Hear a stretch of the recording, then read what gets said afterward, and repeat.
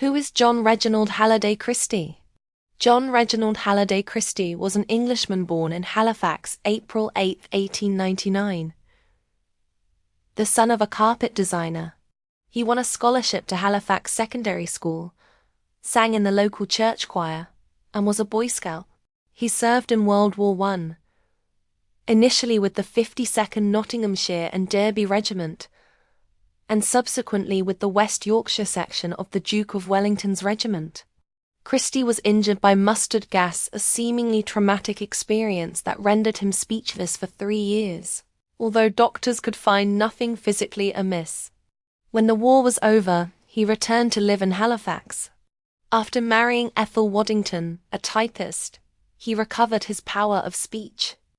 Christie served several prison sentences for theft, and one for assault, in the 1920s and early 1930s, when he and Ethel became separated.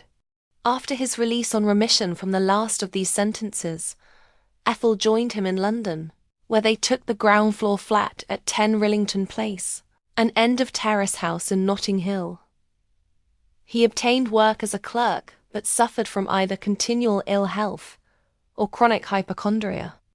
He recovered sufficiently to serve as a reserve policeman during World War II, receiving 2 commendations. In 1948, Timothy Evans, a van driver, and his pregnant wife, Beryl, moved into one of 2 first-floor flats above Christie's. According to Evans, when Beryl became pregnant for a second time in 1949, she did not want the baby, and Christie volunteered to abort it. Christie then told Evans that the abortion had gone wrong and told him to leave London, saying that he would put the surviving baby daughter up for adoption. Evans initially did as he was told, but then went to the police. When the bodies of his wife and daughter were found strangled in the washhouse at 10 Rillington Place, Evans was arrested. He made a confession that he subsequently retracted. Christie was the chief prosecution witness at Evans's trial for the murder of his daughter. The charge of murdering his wife was not tried. Evans was convicted and hanged in July 1949. When Christie left 10 Rillington Place in 1953. However, 6 more bodies were discovered on the premises.